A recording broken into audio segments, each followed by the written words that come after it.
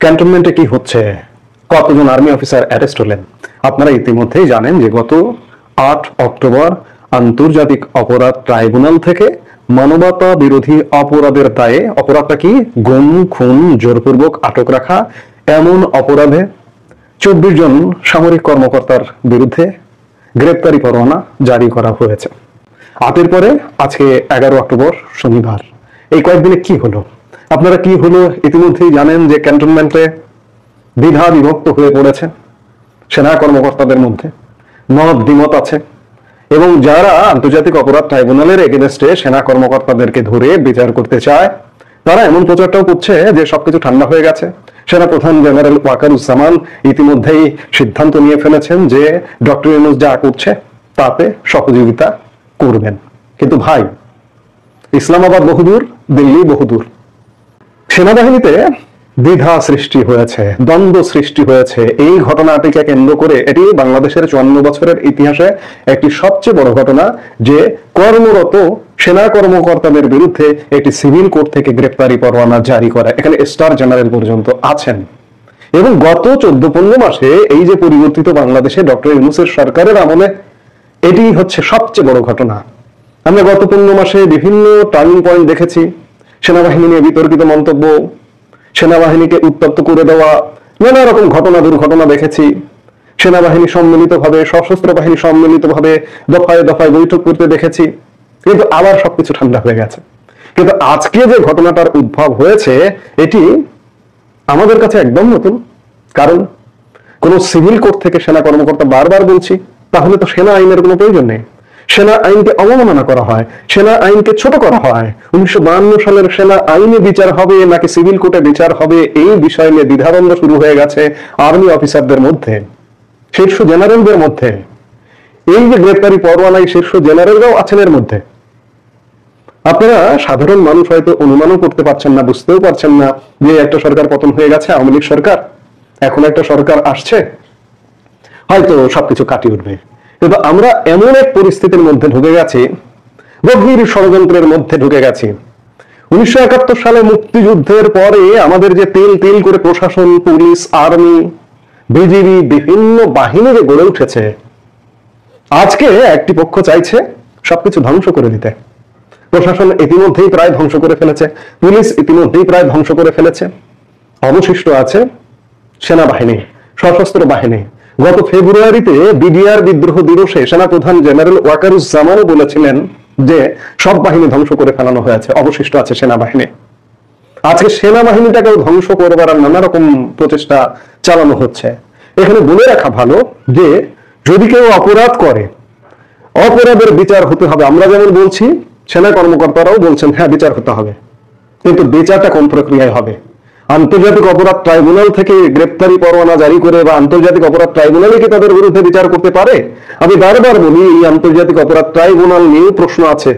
এটি সৃষ্টি হয়েছিল 1971 সালে মানবতা বিরোধী অপরাধীদের বিচার করবার জন্য। এখানে বিচার হয়েছে, কিন্তু এটিকে এখন ঘুরিয়ে দিয়ে 24 জুলাই আগস্টে যে সহিংস ঘটনা ঘটেছিল, মানুষ হত্যা হয়েছিল, সেই হত্যার বিচার। এই হত্যাটা কে করেছে, কারা করেছে? এক প্রকার মনে হয় যেন প্রহসন। আমি বলছি যে আমরা বিচার চাই, অপরাধীদের অবশ্যই বিচার চাই, এবং সকল অপরাধীদের বিচার চাই। এই যে ইন্ডেমনিটি জারি করে জুলাই আগস্টের 24 যে আমার মেট্রো রেল ধ্বংস, আমার বিটিভি ভবন ধ্বংস, আমার সরকারি স্থাপনা ধ্বংস, পুলিশ হত্যার বিচার অফ করে রাখা হয়েছে, আমরা সেই বিচারগুলোও চাই। আমরা বিচার চাই না নয়, অপরাধ হলে বিচার চাই, কিন্তু এই বিচারগুলো কি যথাযথভাবে হচ্ছে? আমি শুরুতে শিরোনামটা বলেছি যে ক্যান্টনমেন্টে কি হচ্ছে।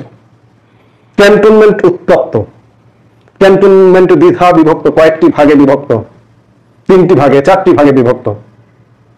এই 4টি ভাগ দিয়ে সেনাবাহিনীকে কি শেষ করে ফেলানো হবে?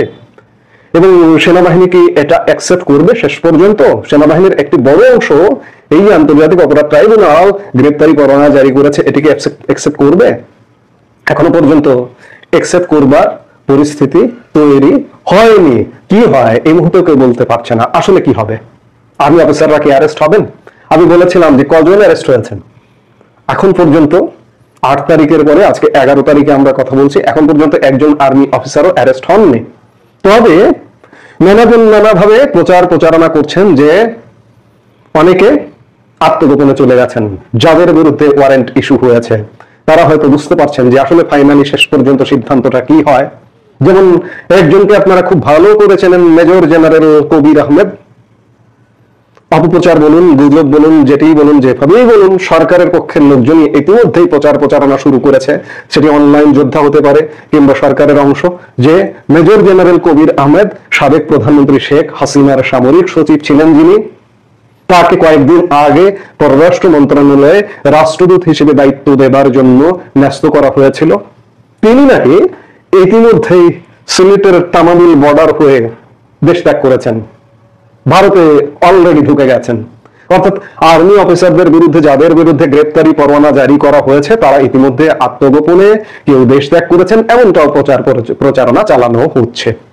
তারা হয়তো আগাম সতর্কতার জন্যই এই কাজটি করছেন, কারণ শেষ পর্যন্ত কোন চাপ থেকে কোন দিকে কি হয়, বাতাস কোন দিকে বয় বলা কঠিন। যদি আইসিটিতে এই মামলাটি ফাইনালি চলে, কিংবা এই মামলাটি যদি আইসিটিতে বিচারের আওতায় নিয়ে যদি সেনা কর্মকর্তাদের অ্যারেস্ট করা হয়, এই সংখ্যাটাও এখনো একটা বড় অংশের মধ্যে আছে। তবে যারা প্রচার করছেন যে সব ঠিক হয়ে গেছে, সেনাপ্রধান ইউনূস সরকার যা করছে, আন্তর্জাতিক অপরাধ ট্রাইব্যুনাল যা করছে, সব ঠিক আছে, আমরা মেনে নিচ্ছি, বিষয়টা কিন্তু এত সহজ নয়। পরিস্থিতি এখনো পর্যন্ত স্বাভাবিক হয়নি। সেই জায়গা থেকে এখনো বলা যাচ্ছে না যে পরিস্থিতি কোন দিকে মোড় নেবে। শেষ পর্যন্ত এই ইস্যুকে কেন্দ্র করে সরকার পরিবর্তন কিনা, বা কি হবে, সামরিক অভ্যুত্থান কিনা, কি হবে, সত্যিকার অর্থে বাংলাদেশ ভূ রাজনৈতিক ভাবে এবং আভ্যন্তরীণ রাজনৈতিক ভাবে একটা টানটান উত্তেজনাকর পরিস্থিতির মধ্যে আছে। এবং বাংলাদেশ পরিস্থিতি পরিবর্তন হবে উত্তরপাড়া থেকে, ক্যান্টনমেন্ট থেকেই, ক্যান্টনমেন্টের মাধ্যমে 2024 সালের 5 অগাস্ট পট পরিবর্তন হয়েছে। ঠিক তেমনি এখনকার পট পরিবর্তন হতে হলেও ক্যান্টনমেন্ট লাগবে। এছাড়া বাংলাদেশকে বাঁচানো বলুন, মারা বলুন, যেটাই বলুন না কেন, ক্যান্টনমেন্ট থেকে ছাড়া বাংলাদেশ রক্ষার কোনো উপায় নেই। সেনাপ্রধান জেনারেল ওয়াকারুজ্জামান বলা যায় বিভিন্ন পক্ষের এক প্রকার মুখোমুখি অবস্থায় আছেন। তিনি কি সিদ্ধান্ত নেবেন তার দিকে সবাই তাকিয়ে আছে। সেনাপ্রধানই দেশের এই যে অচল অবস্থা, এক প্রকার এই অচল অবস্থা থেকে বাঁচাতে পারেন। এখন সিদ্ধান্ত সেনাপ্রধানের। এখন পর্যন্ত কেউ গ্রেপ্তার হয়নি। সেনাপ্রধান কি সিদ্ধান্ত নেবেন, কেন গ্রেপ্তার হয়নি, এটিও তো গুরুত্বপূর্ণ ব্যাপার। ইতিমধ্যে যদি আত্মগোপনে গিয়ে থাকেন, যাদের বিরুদ্ধে ওয়ারেন্ট ইস্যু হয়ে গেছে, তারা আত্মগোপনে গেলেন কেন? তাদেরকে কি অ্যারেস্ট করা হবে আসলে, নাকি অন্য কিছু হবে, ভিন্ন কিছু হবে? আমাদের এই ভিন্ন কিছু, অন্য কিছু দেখার জন্য প্রতিনিয়ত সচেতন থাকতে হবে, নজর রাখতে হবে। আবার আন্তর্জাতিক নানা খেলা আছে, আমি সেটি নিয়ে আর একটা কন্টেন্ট ভিন্নভাবে করব। কিন্তু ক্যান্টনমেন্টে যা হচ্ছে, পরিবর্তনের একটা সাউন্ড পাওয়া যায়, কিন্তু শেষ পর্যন্ত এই যে বড় ইউটার্ন, আমি বললাম যে গত 14-15 মাসের সবচেয়ে বড় টার্নিং পয়েন্ট এই মুহূর্তে বাংলাদেশে। এই টার্নিং পয়েন্টকে কেন্দ্র করেই বর্তমানে যে অনেক একটা অচল অবস্থা বাংলাদেশে, এই সব কিছুর অবসান হতে পারে। এবং এই অবসানের একমাত্র যার উপরে, তিনি বাংলাদেশের সেনাপ্রধান জেনারেল ওয়াকারুজ্জামান। আমরা প্রত্যাশা করব যে জেনারেল ওয়াকারুজ্জামান যে পক্ষেরই হন না কেন, তাকে নিয়ে নানান গুজব, নানান প্রপাগান্ডা আছে, তাকে তুলে ধরা করে সব পক্ষ।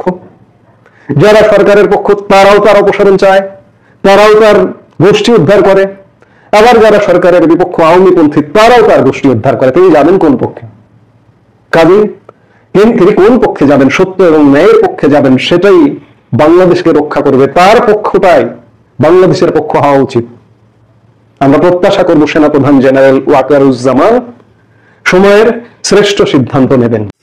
কালকে সারা রাত ক্যান্টনমেন্টে যা হয়েছে সে খবর নিশ্চয়ই আপনারা পেয়েছেন, যে 3টে গ্রুপ ভাগ হয়ে গিয়েছেন অলরেডি। একটা হচ্ছে বিএনপি জামাত সমর্থিত গ্রুপ, যারা কোনো মতেই এই যে যাদের বিরুদ্ধে আইসিটিতে মামলা করা হয়েছে তাদের বিরুদ্ধে অ্যাকশন যাতে হয় তার জন্য মানে চাপ দিচ্ছে। আর একটা গ্রুপ আছে যারা আওয়ামীপন্থী, তারা বলছে যে এখন আপনাদের সেনাবাহিনীর হাতে ক্ষমতা নিতে হবে, নিয়ে এখন সরকারকে উৎখাত করতে হবে, করে দেশকে শান্ত করতে হবে। আর একটা গ্রুপ আছে যারা মধ্যস্থতা করার জন্য মানে চেষ্টা করছে, যে ঠিক আছে কথা হচ্ছে, এই করছে, দেখছি, দাঁড়ান একটুখানি সময় নিন। এই যারা তৃতীয় গ্রুপের যেটা কথা বললাম, যারা মধ্যস্থতা করার চেষ্টা করছে, এরা কোনো মতে কালকে এই বিদ্রোহটা সামাল দিয়েছে। ভেতরে ভেতরে কিন্তু আগুন জ্বলছে, যেমন বিএনপি জামাতের জোট যেমন আগুন জ্বালাচ্ছে, তেমন মুক্তিযুদ্ধের সপক্ষে যে সমস্ত যোদ্ধারা রয়েছে, মানে সেনাবাহিনী রয়েছে, তারাও একেবারে উঠে পড়ে লেগেছেন। মানে হয় এসপার নয় ওসপার, আর মধ্যখানে দাঁড়িয়ে আছে একটা পক্ষ, যারা দুদলকে সমানভাবে সান্ত্বনা দেওয়ার চেষ্টা করছে যে আমাদের মানে এ করে শান্তিপূর্ণ অবস্থানের মধ্যে দিয়ে আমাদের এই সমস্যার সমাধান করতে হবে। এই খবর যদি বাইরে যায়, দেশ আর উত্তাল হবে। সেনা প্রধান সবাইকে শান্ত করার চেষ্টা করেছেন, কিন্তু উনি ব্যর্থ হয়েছেন। একজন যারা এই জামাত এবং বিএনপি পন্থী যারা আছে, তারা বলছে আপনি কোনো কিছুই করতে পারবেন না, আপনি যা করার আপনি চেষ্টা করুন, কিছু করতে পারবেন না, আমরা এটা মেনে নেব না। আর আওয়ামী পন্থী যারা আছে, তাদের একটু আগুন ঢালা হয়েছে। আগুনটা কোত্থেকে ঢালা হয়েছে এটা আমি 7টা ভিডিওতে বলবো। সেই আগুনটা ঢালার পর তারা এবার একেবারে মানে ক্ষিপ্ত হয়ে উঠেছে। ক্ষিপ্ত হয়ে তারা বলছে ইমিডিয়েটলি আপনাকে ক্ষমতা হাতে নিতে হবে, হাতে নিয়ে এই সরকারকে উৎখাত করতে হবে, নাহলে আমরা স্বয়ং আপনাকে উৎখাত করে, সেনাপ্রধানকে বলেছে আপনাকে উৎখাত করে আমরা স্বয়ং ক্ষমতা হাতে নিয়ে আমরা যা করার করব। অবস্থা এমন জায়গায় পৌঁছায় যে সেনাপ্রধান মাথা নিচু করে একসময় চুপ করে বসে থাকেন, হাত দিয়ে এই মানে যা শুনেছি আমি, কপালে হাত দিয়ে আমরা চুপ করে কোন একটা এরকম ভঙ্গিতে চুপ করে বসছিলেন। মানে এখন বোঝা যাচ্ছে যে সেনাপ্রধান ওয়াকারুজ্জামানের হাতে কিছু নেই, সব হাত থেকে গুটিগুলো বেরিয়ে গিয়েছেন। এই যে এতদিন ধরে উনি ওই কুমির ডাঙা, চোখচু, কিতকিত এইগুলো খেলেছেন না, আজকে তার ফল তাকে ভুগতে হচ্ছে। উনি না পেরেছেন জনগণকে সন্তুষ্ট করতে, আগেও বলেছি, না পেরেছেন সরকারকে সন্তুষ্ট করতে, না পেরেছেন সেনাবাহিনীকে সন্তুষ্ট করতে। সেনাবাহিনীর যে মান মর্যাদা ইজ্জত দেশবাসীর কাছে ছিল, সেই মান মর্যাদা ইজ্জত তিনি ডুবিয়ে দিয়েছেন। সেনাবাহিনীকে একটা শক্তির কাছে উনি সমর্পণ করে দিয়েছেন। আর যারা মুক্তিযুদ্ধের পর সপক্ষে যে সমস্ত সৈনিক আছে, প্রচুর সৈনিক রয়েছেন মুক্তিযুদ্ধের সপক্ষে, 3 স্টার লেভেল থেকে আর সাধারণ একদম সৈনিক পর্যন্ত সবাই মুক্তিযুদ্ধের সপক্ষে যারা রয়েছে, তারা একেবারে এক বাক্যে একেবারে রয়েছে যে আগামীকাল রোববার, আগামীকালের মধ্যে এই সমস্যার সমাধান আপনাকে করতে হবে, না হলে পরে আপনাকে উৎখাত করতে হয় কি করে সেটাও আমরা দেখে নেব। এই অবস্থার মধ্যে এখন সেনাবাহিনীর ভেতরে সেই সমস্ত ক্যান্টনমেন্টে সমস্ত জায়গায় যারা মানে দুপক্ষকে সামলাচ্ছেন, মিডলে যারা রয়েছে, তারা সমস্ত জায়গায় সেনা প্রহরা এবং ব্যারিকেড বসিয়ে দিয়েছে। বাইরের লোক যাতায়াত করা বন্ধ হয়ে গেছে। আমি শুনেছি আপনাদের এই ক্যান্টনমেন্ট আছে, এই ক্যান্টনমেন্ট আমাদের ক্যান্টনমেন্টের মতো নয়। আমাদের ক্যান্টনমেন্ট যেমন একদম ঘেরা, ওখানে কেউ প্রবেশ করতে পারে না, কিন্তু আপনাদের ক্যান্টনমেন্ট, আপনাদের দেশের যে ক্যান্টনমেন্ট গুলো আছে, সেগুলোকে এই ভেতর দিয়ে যাতায়াতের রাস্তা আছে, সাধারণ মানুষও ওখান থেকে যাতায়াত করে। আমি জানি না, আমার যা শোনা কথা। এখন সেইখান দিয়ে যারা যাতায়াত করতেন, তাদের যাতায়াত সমস্ত সীমিত করে দেওয়া হয়েছে। একটা কার্ড দেখিয়ে তাদেরকে, মানে পরিচয়পত্র দেখিয়ে তাদেরকে যেতে হচ্ছে এবং বেরোতে হচ্ছে। এখন সমস্ত বাইরের যত হকার থেকে আরম্ভ করে যারা সমস্ত ঢুকতো, তাদেরকেও বন্ধ করে দেওয়া হয়েছে। একটা থমথমে অবস্থা, যে কোনো দিন যে কোনো কিছু হতে পারে। এটা রাত্রি 3টে, 3:30 অব্দি চলে এই ঘটনা। আমি কিন্তু জেগেছিলাম রাত্রিবেলা, এখনো পর্যন্ত আমি ঘুমোইনি। এই সকালবেলা এখন 8টা বাজে, আমি ভিডিওটা আমি করছি, এখনো পর্যন্ত আমি ঘুমোইনি। আমি বিকেলবেলা এই যে ঘিটা কি করে পড়লো, এই ঘিয়ের গল্পটা আমি বিকেলবেলা বলবো, সন্ধ্যাবেলা ভিডিওতে। এবং গতকালকে শেখ হাসিনার সঙ্গে জয়শঙ্কর এবং অজিত দোভালের যে দেখা হয়েছে, কথা হয়েছে, সেই ব্যাপারটা কতদূর কি হয়েছে সেটাও আমি বলবো। এর সঙ্গে এইটা কিন্তু অঙ্গাঙ্গি ভাবে জড়িত, এটা জানবেন। এই যে শেখ হাসিনার সঙ্গে কালকে যে বৈঠকটা হয়েছে, তার সঙ্গে রাত্রিবেলা যে ক্যান্টনমেন্টে যে ঝামেলাটা হয়েছে, দুটো কিন্তু অঙ্গাঙ্গি ভাবে জড়িত। আমি যেহেতু ওই ভিডিওটা এখন করছি না, তাই ওইটার কোনো উল্লেখ আমি এটার মধ্যে করবো না। শুধু এটুকু জানিয়ে রাখি যে গতকালকে এখান থেকে যে ফোন গিয়েছিল, তারপরে কিন্তু সমস্ত ঘটনার সূত্রপাত। এবং যেটা শুরু হলো আমি যেটা গতকাল ভিডিওতে বলেছিলাম, রোববারের মধ্যে দেখবেন একটা রক্তক্ষয়ী একটা অবস্থা হবে, সেইটা কিন্তু আজকে রাত্রি থেকে শুরু হতে পারে। অর্থাৎ এই যে ছাই চাপা আগুন ভেতরে ছিল, এই আগুনটা ফস করে বেরিয়ে গেছে। এবার যত আগুন ভেতরে ছিল না, যত যারা বুকে আগুন চেপে রেখে দিয়েছিলেন, যারা মুক্তিযোদ্ধা সপক্ষে যে সমস্ত শক্তিটা আছে সেনাবাহিনীর মধ্যে, তার মধ্যে যে বুকে আগুনটা চাপা ছিল, সেই আগুনটা ধকধকিয়ে কাঁধে চলে গেছে। এবং এই আগুনে সেনাপ্রধান কিন্তু জ্বলে মরবেন, পুড়ে মরবেন, এবং পুড়ে মরবেন। আরো যাওয়ার সুযোগ তার হবে কিনা সেটা নিয়ে কিন্তু আদৌ প্রশ্ন থাকতে পারে। আমার এই বিষয়ে যথেষ্ট সন্দেহ আছে। বা তাকে যাওয়ার সুযোগ দেওয়া হতে পারে যে আপনি চলে যান, সরকার পতন হয়ে যাক, আমরা বাকিটুকু করে নিচ্ছি, এটাও হতে পারে। অনেক কিছু অঙ্কের মধ্যে ঘোরাফেরা করছে। এখন এই যে জামাত বিএনপি যে তারা হচ্ছে প্রতিহিংসা পরায়ণ হয়ে গেছে, একেবারে প্রতিহিংসা পরায়ণ হয়ে গেছে। তারা এই মুক্তিযুদ্ধের সপক্ষে, মানে আমাদের হাসিনার সপক্ষে যে সমস্ত যারা কাজ করেছিলেন, তারা ভালো করুন মন্দ করুন, তারা চেন অফ কমান্ডের আন্ডারে কাজ করেছেন। তাই এটা কোনো ব্যক্তি নয়, কারো একটা নির্দেশে গুলিটা চলছে, বন্দুক চালাচ্ছে, কিন্তু গুলিটা চলছে কি চালাচ্ছে কিন্তু অন্য লোক। যে লোকটা গুলিটা, যে সৈন্যটা চালাচ্ছে, সে কিন্তু চেন অফ কমান্ডের ভিত্তিতে চালাচ্ছে। তাকে কমান্ডটা দেওয়া হয়েছে বলে সেই গুলিটা চালাচ্ছে বা সেই কাজটা করছে। আমায় যদি আমার বস একটা কথা বলে যে তুমি কাজটা করো, আমি যদি মেনে নিই তাহলে বসের কথা মেনে নিলাম। আমি যদি অমান্য করি তাহলে চেন অফ কমান্ড ভাঙা হলো, করতেই পারি, চেন অফ কমান্ড ভাঙা হলো। সেনাবাহিনীতে কিন্তু চেন অফ কমান্ডটা ভাঙা হয় না। এবং তার জন্য ব্যক্তিগত দায় হিসেবে এই যে সমস্ত আইসিসিতে মামলা করা হয়েছে, এটা কেউ মেনে নিচ্ছে না।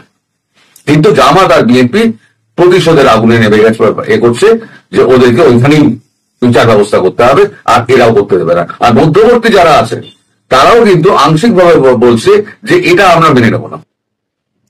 আমাদের সেনাবাহিনীর লোককে হ্যান্ডকাপ পরিয়ে পুলিশের প্রিজন ভ্যানে নিয়ে যাবে, এটা আমরা চেয়ে দেখবো? আমরা কি হাতে তার থেকে চুরি পরিয়ে দিন, হাতে চুরি পরে বসে থাকি? তারা কিন্তু এটাও বলেছে, কিন্তু তারা দুপক্ষকে শান্ত করার চেষ্টা করছে। অবস্থা এখন খুব সঙ্গীন অবস্থা। যাই হোক, আগে অনেক কিছু ঘটবে, দেখা যাক কি হয়। যদি রাত্রিবেলা কোনো বড় ঘটনা ঘটে তখন। শেখ হাসিনা এবং শেখ রেহানাকে হত্যা করতে না পারার কারণে একে অপরকে দোষারোপ করছেন, এমন একটি গুরুত্বপূর্ণ তথ্য পেয়েছি। সেটা নিয়ে আজ আপনাদের সঙ্গে কথা বলতে চাই।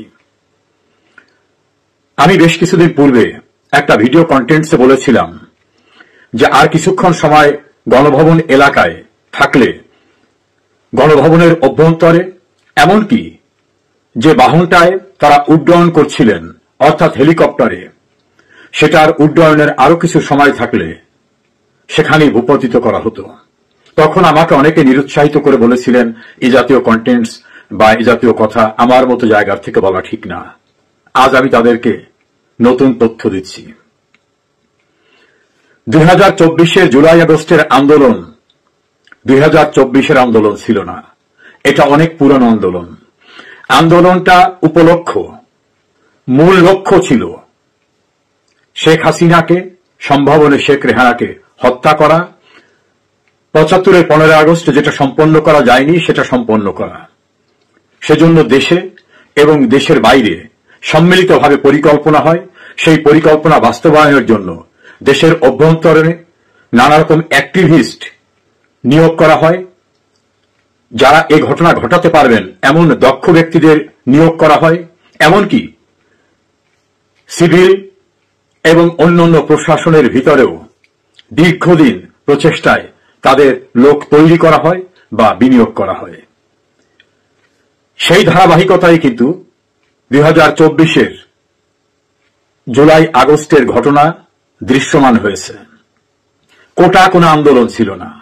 শেখ হাসিনা যেটা বারবার বলেছিলেন যে আসলে তাদের টার্গেট হচ্ছে ক্ষমতা দখল করা, কোটা মূল লক্ষ্য না। কোটার দাবি মেনে নেওয়া, এমনকি অ্যাপিলেট ডিভিশনে হাইকোর্টের জাজমেন্ট স্থগিত হয়ে যাওয়া, হাইকোর্টের জাজমেন্ট বাতিল করে দেওয়ার পরেও তারা যে আন্দোলন করেছিল, কোটাই যদি তাদের দাবি হয়ে থাকবে তাহলে তো সেই আন্দোলন আর অব্যাহত রাখার কথা ছিল না। আমি কয়েকটি দায়িত্বশীল সূত্র থেকে, নির্ভরযোগ্য সূত্র থেকে নিশ্চিত হয়েছি আন্দোলনের আসল লক্ষ্য ছিল শেখ হাসিনাকে হত্যা করা, শেখ রেহানাকে হত্যা করা। সেই হত্যা করার জন্য যত পরিকল্পনা ছিল, সেই পরিকল্পনা প্রণয়ন শুধু না, বাস্তবায়নের জন্য সরকারের অভ্যন্তরে, সরকারের বাইরে গুরুত্বপূর্ণ বিভিন্ন পর্যায়ে ডিপ্লয় করা হয়েছিল দক্ষ জনশক্তিকে। তাদের দেওয়া হয়েছিল আর্থিক এবং অন্যান্য ইনস্ট্রুমেন্টাল যোগান। একটা ধূম্রজাল সৃষ্টি করে মীমাংসার নামে বা অন্য কোন উপায়ে শেখ হাসিনাকে গণভবনে আর কিছুক্ষণ রাখা সম্ভব হবে, এটাই ছিল তাদের পরিকল্পনা। ইতোমধ্যে সব প্রস্তুতির চূড়ান্ত হয়ে কার্যক্রম শুরু হয়ে যাবে। এমনকি শেখ হাসিনা যে যানবাহনে উঠবেন, সেটা হেলিকপ্টার হোক, গাড়িতে হোক, প্রয়োজনে সেটাও আক্রান্ত হবে। এই আক্রান্ত হওয়ার মধ্য থেকে তাদের আন্দোলনের চূড়ান্ত সফলতা নিশ্চিত করবে, সেটাই ছিল তাদের লক্ষ্য। আল্লাহর অশেষ রহমতে এবং শেখ হাসিনার অত্যন্ত বিশ্বস্ত কিছু সহকর্মীরা দ্রুততার সঙ্গে তাকে সরিয়ে নেওয়ার কারণে তিনি এবং তার বোন রক্ষা পেয়ে যান। তাৎক্ষণিকভাবেই যখন জানতে পারে ঘাতকরা যে তিনি চলে যাচ্ছেন, তখন তারা দ্রুততার সঙ্গে এসেও উড্ডয়নে থাকা বাহনটিকে আর আক্রমণ করার সুযোগ পাননি। গণভবনে তো তারা ছিলেনই না। এমনকি গণভবনে তাদের নিত্য প্রয়োজনীয় মালামাল গুটিয়ে নেওয়ার জন্য যদি কিছু সময় নিতেন, তাহলে আর বের হতে পারতেন না। এটার বহিঃপ্রকাশ ঘটেছে সেই ষড়যন্ত্রকারী, ঘাতকদের নিয়োগকারী এবং পরিকল্পনা বাস্তবায়নকারীদের ভিতরে, নিজেদের ভিতরে অনাকাঙ্ক্ষিত অপ্রত্যাশিত ঘটনা কেন ঘটে গেল, কেন তারা সফল হতে পারলেন না, এটা নিয়ে নানা রকম আলাপ আলোচনা ফাঁস হয়ে গেছে। একে অপরকে দুষছেন, কে আগে এগিয়ে আসে নাই, কে কাজ করে নাই, তাহলে কেন তাকে আরো কিছুক্ষণ গণভবনে রাখা গেল না, তাহলে তাকে যারা নিয়ে যাচ্ছিল সেই যানবাহনে কেন দূর থেকে আক্রমণ করা হলো না, এমন দোষ একে অপরের উপর দিচ্ছেন। এমন গুরুত্বপূর্ণ তথ্য এসেছে। রাখে আল্লাহ, মারেকে। শেখ হাসিনা বেঁচে গেছেন। সেদিনের সমস্ত কার্যক্রম মনিটর হচ্ছিল গুরুত্বপূর্ণ 3টি দেশ থেকে, এবং কার্যক্রমের একেবারে ডিলিজিয়েন্টলি ওয়াচিং এর ভিতরে ছিল ছোট্ট একটি দেশের প্রভাবশালী একটি গোয়েন্দা সংস্থা। সেই গোয়েন্দা সংস্থা যাদেরকে ডিপ্লয় করেছিলেন, তারা তড়িৎ গতিতে ত্বরান্বিতভাবে সবকিছু করতে সফল না হওয়ার কারণে আল্লাহর অশেষ রহমতে এবং শেখ হাসিনার কিছু সহকর্মীরা তড়িঘড়ি করে তাকে এবং বঙ্গবন্ধুর কনিষ্ঠ কন্যাকে সরিয়ে ফেলতে পারায় রক্ষা পেয়েছে। ফলশ্রুতিতে শুধু বঙ্গবন্ধু পরিবারের 2 সদস্য না, গোটা জাতি অভিভাবকহীন অবস্থা থেকে পরিত্রাণ পেয়েছে। এই ভয়ঙ্কর ঘটনাটি অনেকেই বিশ্বাস করবেন কি করবেন না জানি না, এটা বাস্তবতা এবং এটাই সত্য। সরকার পতনই ছিল না মূল আন্দোলন। মূল আন্দোলন ছিল বঙ্গবন্ধুর বেঁচে থাকা 2 কন্যাকে হত্যা করা, নির্মমতার মধ্য থেকে, বিভৎসতার মধ্য থেকে, নারকীয়তার মধ্য থেকে।